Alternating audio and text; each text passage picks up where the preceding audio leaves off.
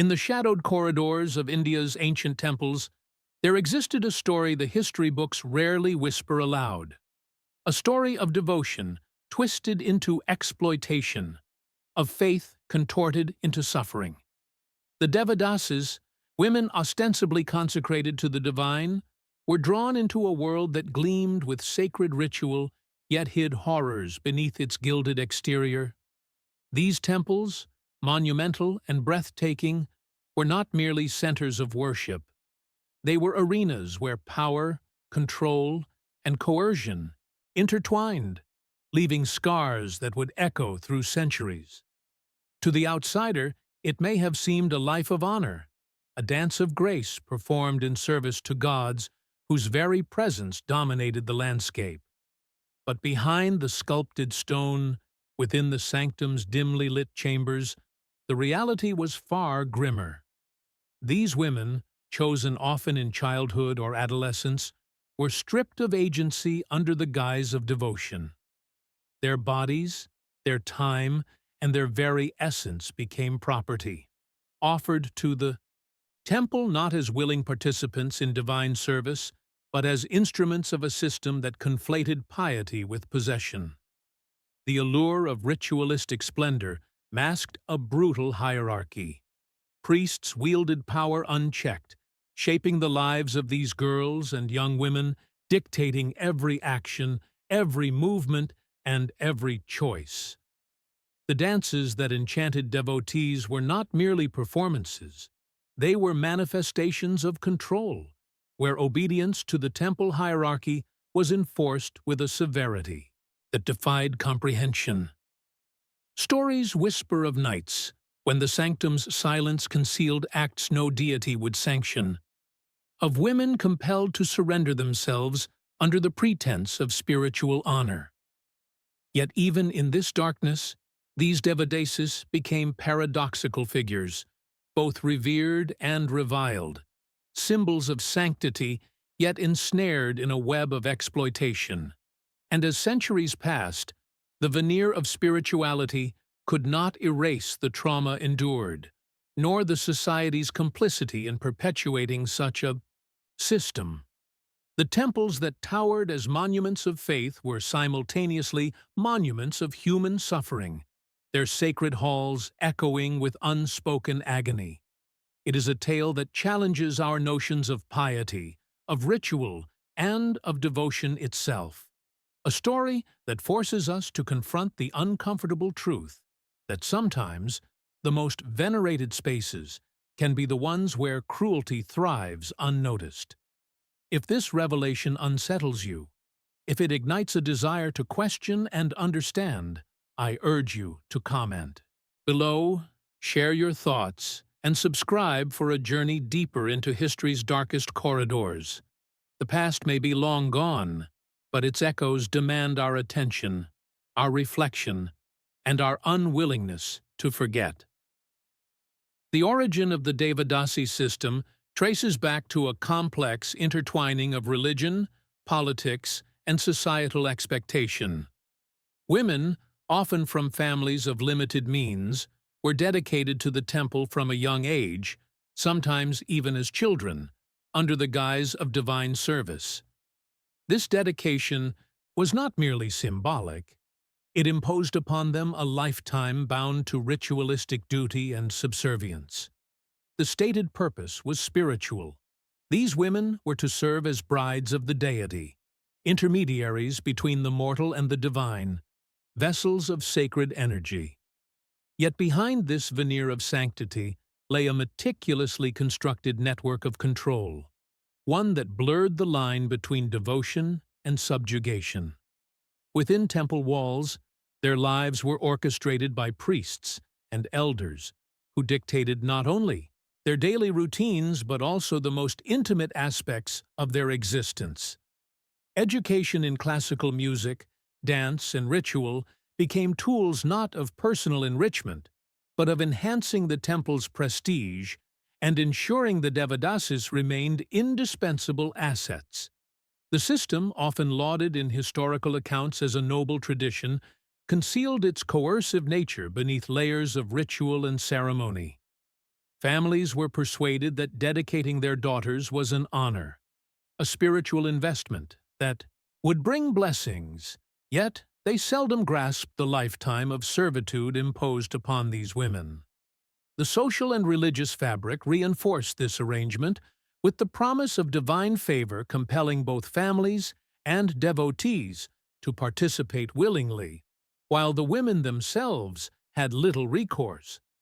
In many cases, the temple's authority extended into the women's personal freedoms, dictating marriages, sexual relationships, and social interactions. What began as an ostensibly sacred duty became, in practice, an intricate system of power and obedience where the spiritual justification masked profound human cost. And as generations passed, this tradition hardened into a rigid institution, with its rules codified and its abuses normalized, leaving countless Devadasis trapped in a cycle that masqueraded as devotion, but was, at its core, a mechanism of control and exploitation. Life inside the temple was a labyrinth of ritual, discipline, and unrelenting scrutiny. The Devadasis' days began before dawn. The faint glow of oil lamps illuminating corridors lined with intricate carvings depicting gods and goddesses, whose gaze seemed both omnipotent and judgmental. Their routines were dictated by the rhythm of prayer, song, and dance, each movement meticulously timed to serve the temple's spiritual calendar. Yet behind the grace of these performances lay an unyielding system of control. Every step they took, every gesture, and even every glance was monitored, evaluated, and corrected. Mistakes were not merely errors. They were transgressions against a sacred order that demanded perfection, often enforced through harsh admonition or public shaming. The education they received in classical music and dance, while celebrated as culture and artistry, functioned as a tool of obedience, conditioning them to move as instruments of the temple's power rather than as free individuals. In this environment, freedom was an illusion. Personal desires, ambitions, and even familial connections were subordinated to the temple's authority. The sanctum that promised divine closeness became a cage whose bars were invisible yet unbreakable. Moreover, the hierarchy within the temple perpetuated a culture of fear and submission. Senior Devadasis, having internalized their subservience, often enforced the same oppressive standards upon novices, creating a cycle of control that seemed inseparable from devotion itself. And while the temple celebrated their presence as sacred, there was a subtle yet pervasive understanding that their value lay not in their individuality, but in their compliance, their ability to embody ritual perfection, and, increasingly, their availability to satisfy the desires of those in power. The duality of reverence and exploitation defined their existence, rendering the line between spiritual service and coerced submission nearly imperceptible. In this world, every ritual, every dance, every whispered chant was both an offering to the divine and a reminder of the harsh reality they could not escape. The most insidious aspect of the Devadasi system was the thinly veiled exploitation that masqueraded as spirituality. While the temple rituals and dances were celebrated as sacred duties, many women were subjected to sexual coercion under the guise of divine service. Priests, patrons, and elite devotees held disproportionate power over the Devadasis, leveraging religious authority to justify acts that would otherwise be condemned by society.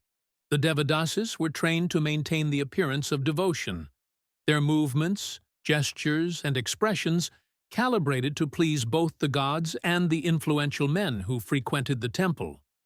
The sanctity of ritual became a weapon, blurring the boundaries between consent and command, devotion and submission. Historical accounts hint at a system where refusal was not an option. The idea of spiritual honor was twisted into an instrument of control, ensuring compliance through fear of social, religious, and familial repercussions. And yet, the women were lauded publicly for their supposed piety, their exploitation hidden behind layers of ceremony and reverence. Outsiders who observed the rituals might have seen only beauty, precision, and devotion, entirely oblivious to the psychological and physical toll exacted on the Devadasis themselves. It is a paradox as cruel as it is shocking, venerated as holy, yet trapped in a reality of coercion and subjugation. Their lives were a continuous performance, one in which the stage was gilded, but the chains were real. Even the most revered rituals served to reinforce hierarchies and perpetuate abuses, embedding suffering into the very fabric of religious practice. The echoes of these injustices resonate through history, reminding us that what appears sacred can sometimes conceal unspeakable cruelty. If this revelation shocks or moves you, leave your thoughts in the comments below and join the conversation about the dark realities hidden in the name of devotion. The social and religious pressures surrounding the Devadasis extended far beyond the temple walls. Women who were dedicated to the deity often found themselves entrapped not only by ritual, but by the weight of societal expectation. Families, convinced of the spiritual honor in offering their daughters, rarely considered the lifelong consequences of such dedication. Within the broader community, Devadasis were simultaneously venerated and isolated, regarded as sacred yet restricted in their freedoms. Marriage, romantic autonomy, and even ordinary social interaction were controlled or outright denied, reinforcing a perpetual state of dependency on temple authority. The expectations placed upon them were relentless: to perform flawlessly, to embody virtue in public while concealing private suffering, to obey without question. These pressures created a life where identity and agency were subsumed under the guise of devotion, leaving women with little ability to navigate their own destinies. The societal reverence for the temple system became a tool of coercion, normalizing the subjugation of Devadasis and embedding it within cultural and religious norms. Even as some women attempted to assert personal choice, they were often met with resistance, derision, or ostracism, reinforcing a cycle of oppression that seemed unbreakable. Every act of compliance was rewarded with fleeting acknowledgement, every deviation punished with public or spiritual condemnation, ensuring that the temple's control over life, body, and mind remained absolute. And yet, beneath the surface of ritualistic perfection, a quiet resistance often persisted. Small acts of defiance, stolen moments of autonomy, glimpses of humanity that the rigid system could not fully erase. These tensions reveal the cruel paradox at the heart of the Devadasi tradition. A life outwardly celebrated as sacred, yet inwardly constrained by the rigid demands of authority and expectation. A haunting testament to the cost of devotion when wielded as a tool of control rather than a path to spiritual fulfillment. Historical chronicles and scattered testimonies provide chilling insight into the lived reality of the Devadasis. Accounts from travelers, temple records, and local lore reveal patterns of coercion, manipulation, and suffering that were often glossed over in mainstream narratives.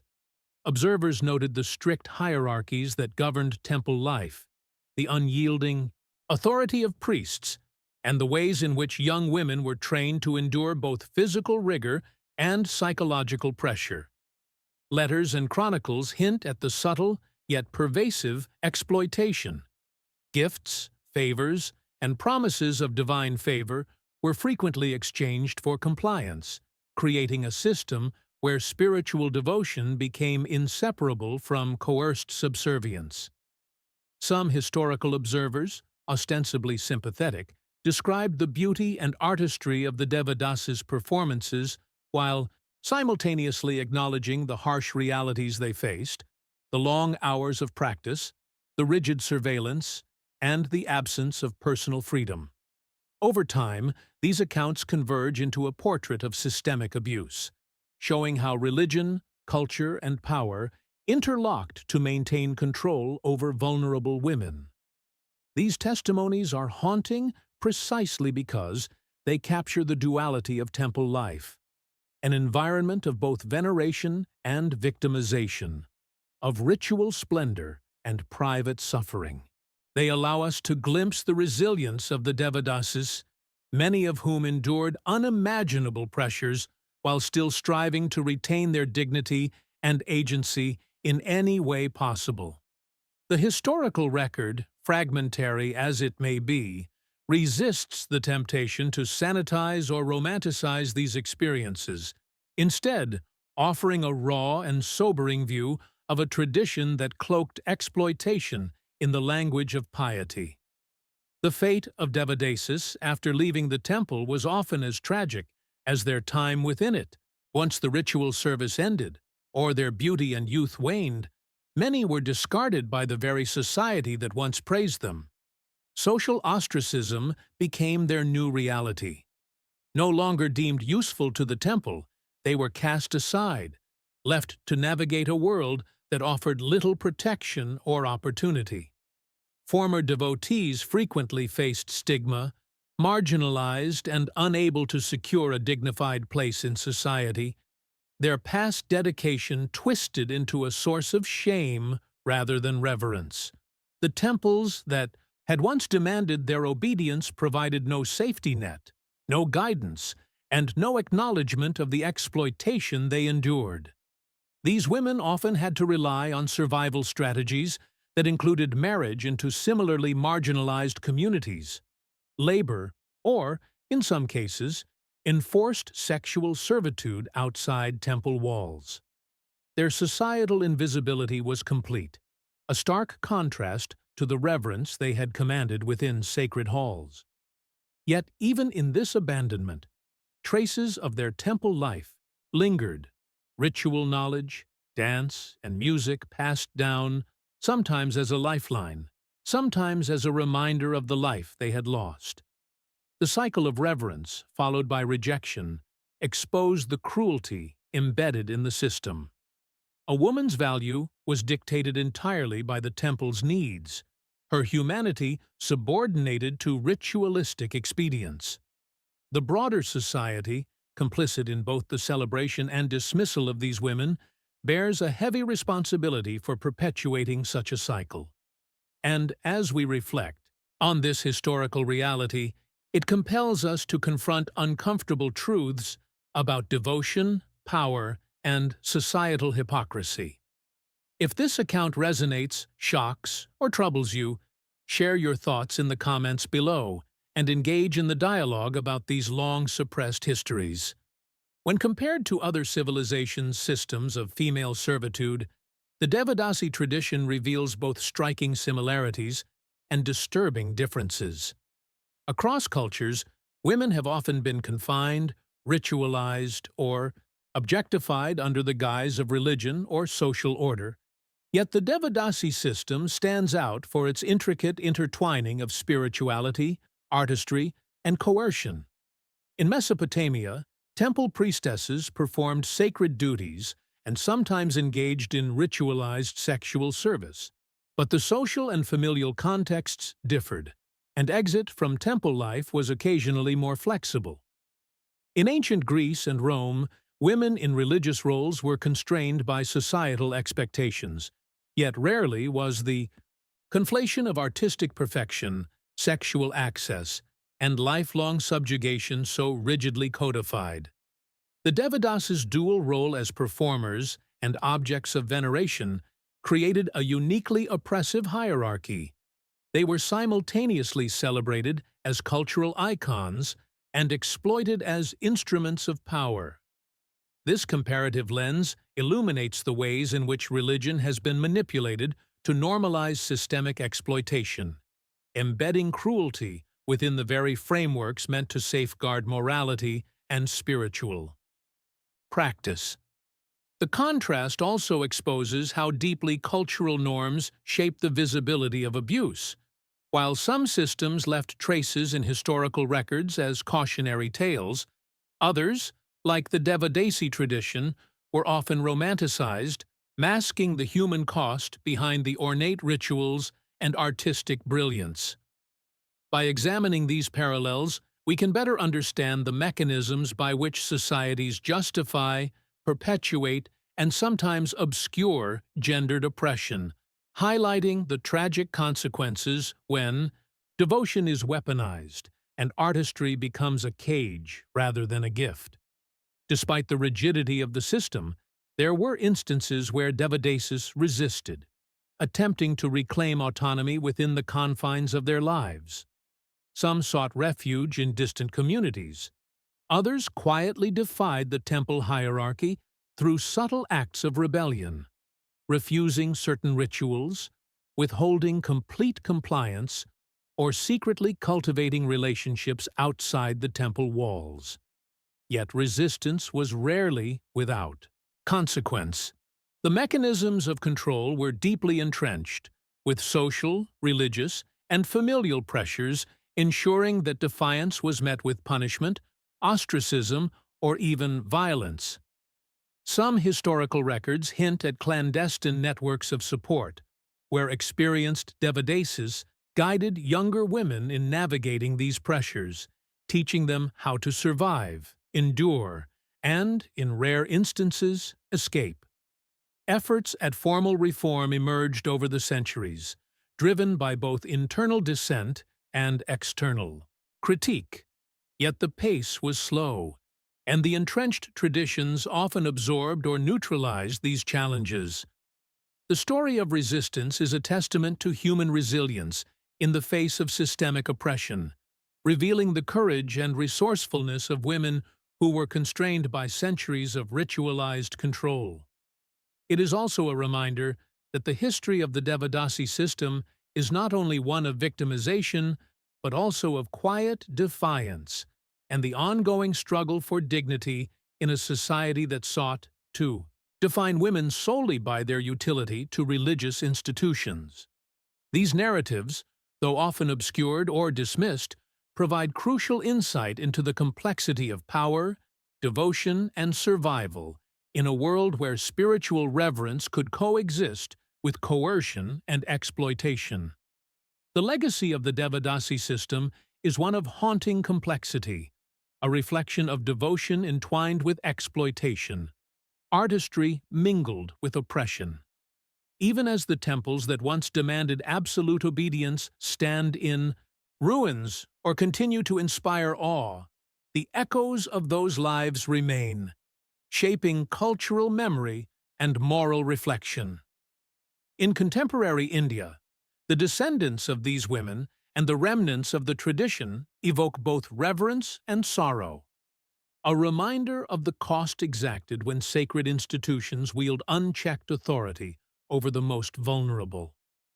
The story of the Devadasis challenges us to confront uncomfortable truths about power, gender, and the seductive veneer of ritual that can conceal profound cruelty.